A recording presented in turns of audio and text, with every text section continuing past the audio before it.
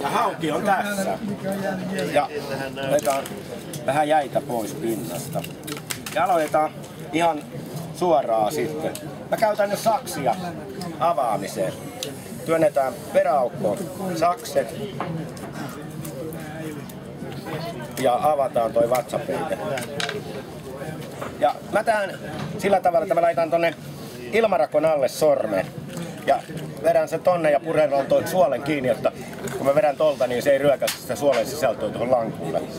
Ja nyt kun ei hyödynnetä noita perkeitä, niin mä otan pois ton, katkaisen ton, jätän kirukset sinne ja suolisto on siinä. Ja sen jälkeen lähdetään varsinaisesti sitä fileeraamaan. Ja samalla tavalla kuin kaikki muutkin kalat. Niin työnnetään tuonne poskiontelon taakse toi puukko ja viiletään toi evä tonne sivuun.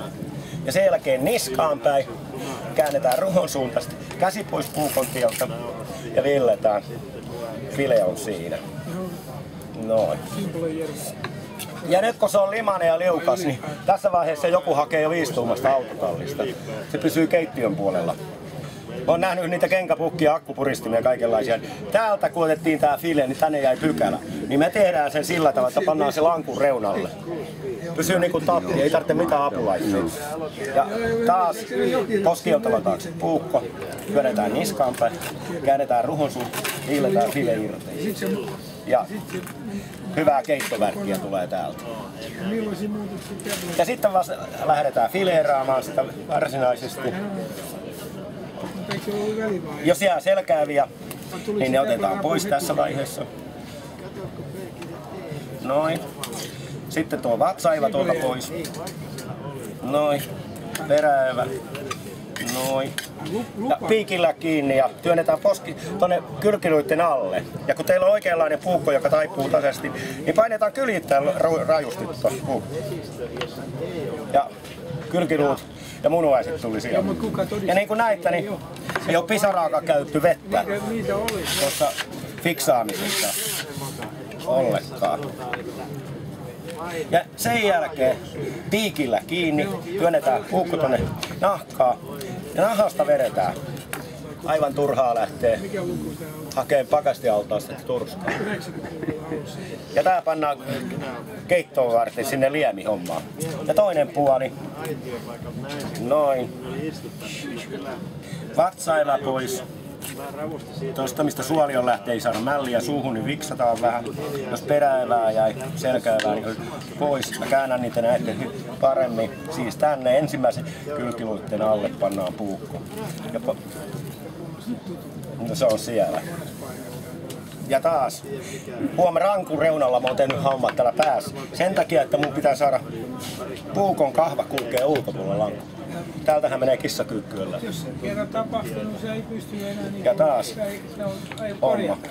Se on mahdotonta. Ja viilletään. Se on siinä. Ja kun teillä on oikein teröitty puukko ja filepuukko, niin tämä on melkein mahdotonta saada tätä nahkaa.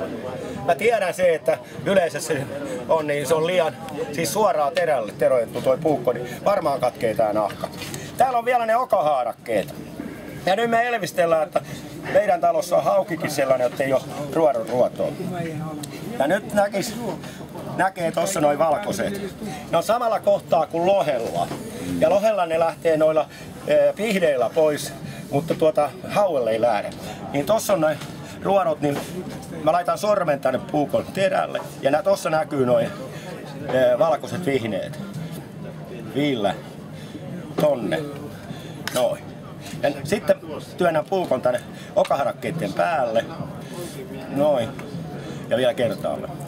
Ollaanpa se vähän isompi hauki, niin olisi selvämpi. Sitten tarkastaa oma työ. Ei ole enää hauki, vaan on kalapuikko. Ja isosta tietenkin tulee iso file ja pienestä pieni file. Ja täällä te näette nyt. Näettekö tossa, niin kulkee ne okaharakkeet ja nousee pystyyn. Niin nyt me lukitaan tää file tänne. Työnnetään puukko niiden okaharakkeiden alle.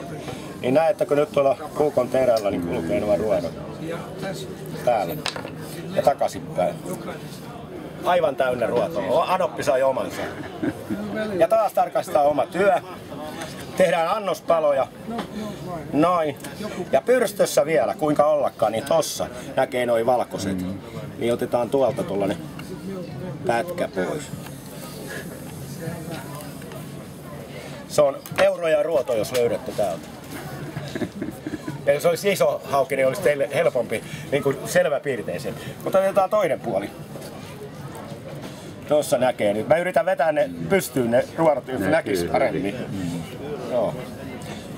Ja taas mennään. Näette tossa, niin ne kulkee ne valkoiset. Ja sormi täällä, että mä katkaisin sinne sivulle lähtee ruotoon. Noin. Ja taas puukko sun okaharakkeiden päälle. Ja noin. Ja tarkastaa oma työ. Ei oo enää ruotoja. Ja taas laitetaan tänne. Ruodot kulkee täällä. Nap, nap, nap. Ja nousee tosta ylös. Ja nyt lukitaan tää file. Täältä kiinni. Työnnetään puukko niiden okaharakkeiden alle. Näette, kun puukon terällä kulkee ne ruodot. Tuolla. Noin. Ja takaisinpäin. Noin. Ja sitten taas tarkastaa omat työ. Ja täältä. Kyllä täällä on aika paljon lapset. Vanhemmat isovanhemmilla on mökkiä ja laitarilla. Täysin ruodoton hauska. Yllättävän paljon. Me olemme myös yllättävän. Eikö se ole helppo? Miten tuo puukon terottaminen, onko se joku miksi? Kerro. On. Se, jos mä veisin tää nyt jollekin vaapupuolelle tai veneen rakennukseen, se heti heittää lepikko. Tää ei uppoa puuhun. Leukuhan terotetaan sillä tavalla, että aivan suoraan terän suulle. Siis sillä tehdään ne kiehiset ja makkarat ja muut erähommat. Niin tässä on terotettu sillä tavalla, että tää on tää lape, se tehtaalla yksi kulma tehty, joka tehtiin mailla ennen tahkoa. Ja kolmas, vähän jyrkempi, niin tehdään hiomakivellä.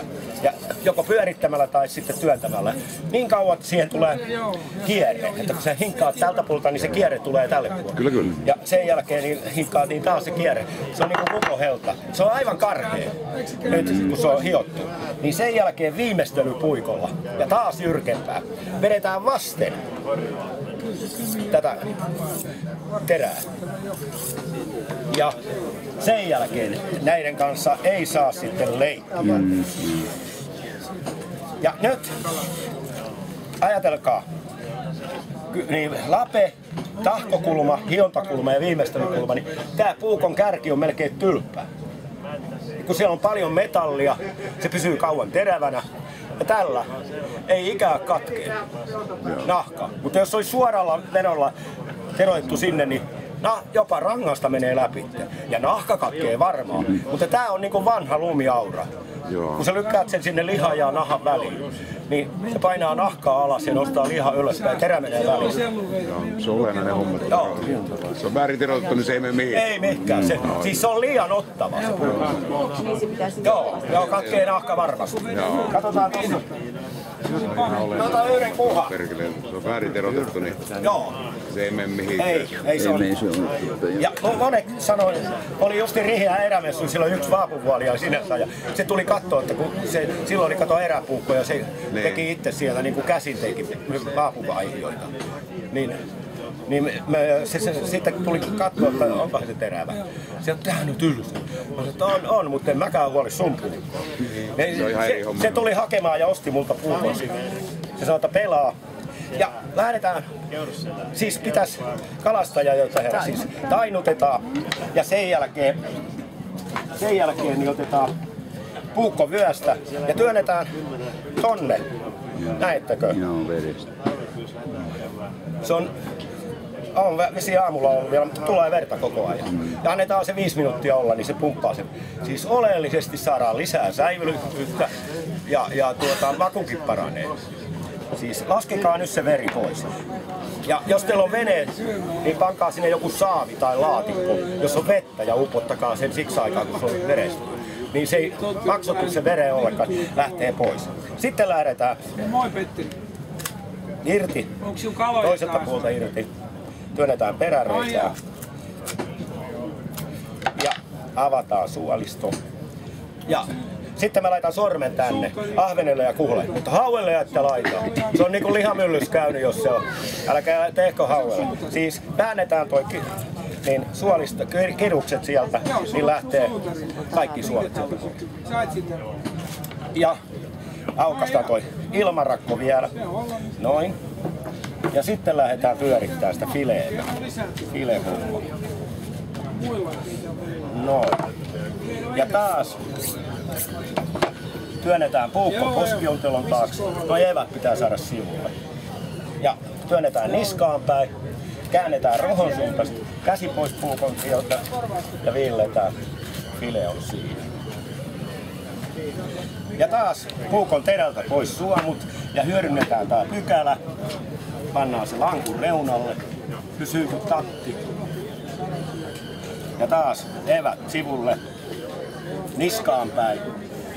Työnnetään ruhon suuntaista. Käsi pois puukon tieltä ja viilletään. Eikä heitetä hukkaan. Tehkää nyt 20 minuuttia, keittäkää, älkää enempää. Se rupeaa sitten valkuainen irtoa ja tulee sameeliemi. Mutta tästä tulee ihan kirkas liemi. Huuhtokaa vaan ja sitten sipuli, pippuri ja suolan kanssa ja veden kanssa keitetään.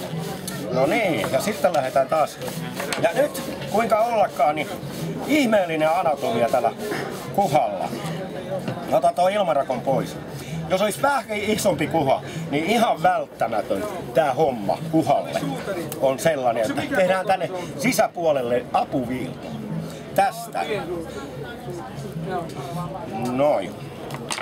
Ja mä näytän nyt. Näettekö? Tonne asti, noi valkoiset.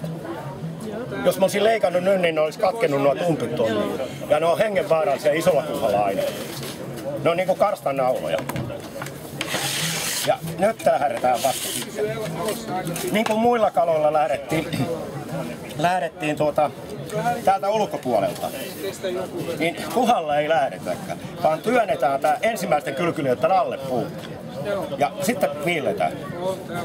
Noin. Ja sitten mennään takaisinpäin. Kaikki, joka on kuhaa fileerannut, tietää, että tänne tahtoo jäädä se ensimmäinen. Ja tässä on kyllä, nyt ei jää.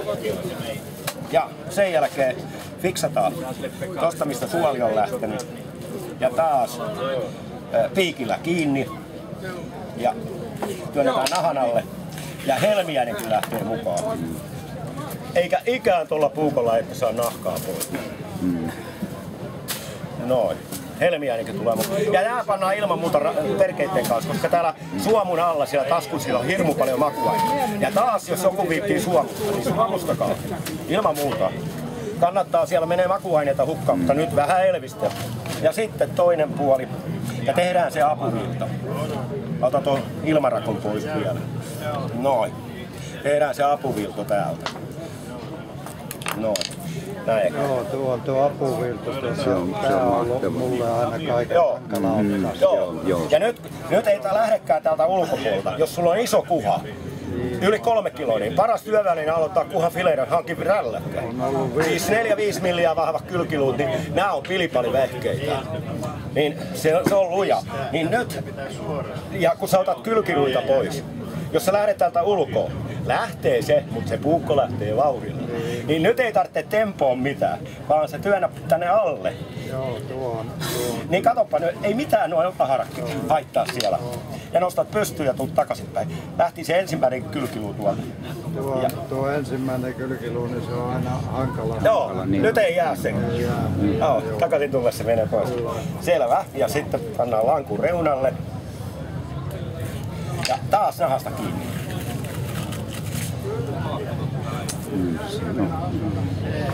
Ja täällä on ne okaharakkeet vielä. Ja ne otetaan pois nyt. Noin. Ja huomakkaa, ei ole pisaraakaan käytetty vettä. Se on luoja tehnyt tää homma helpoksi. Se on tossa, se kulkee näin. Ja mä laitan taas puukon terälle sormen, että jos mä fuskaan teitä taikka itteeni, niin mä tunnen heti, että se otti ruotoa. Ja toinen puoli. Tollainen 4 milliä. Täällä on se anopifili, siellä on ne. Ja isossa kuhassa ne on niinku karstana. Se on euroja ruoto, jos löydätte. Olkaa tarkkana, se käy lompakolle pitkän päälle. Täällä ei voi olla ruotoja. Ja toinen puoli. Näin. Heti tunsin siellä, että mä otin liian vähän, niin otti ruotoon tuolla, niin rapsahti. Ja taas toinen puoli. Näissä hommissa pitää itse tarkastaa oma työnsä. Terve. Ja näin. Se on siinä. Aivan valtavan hyvää.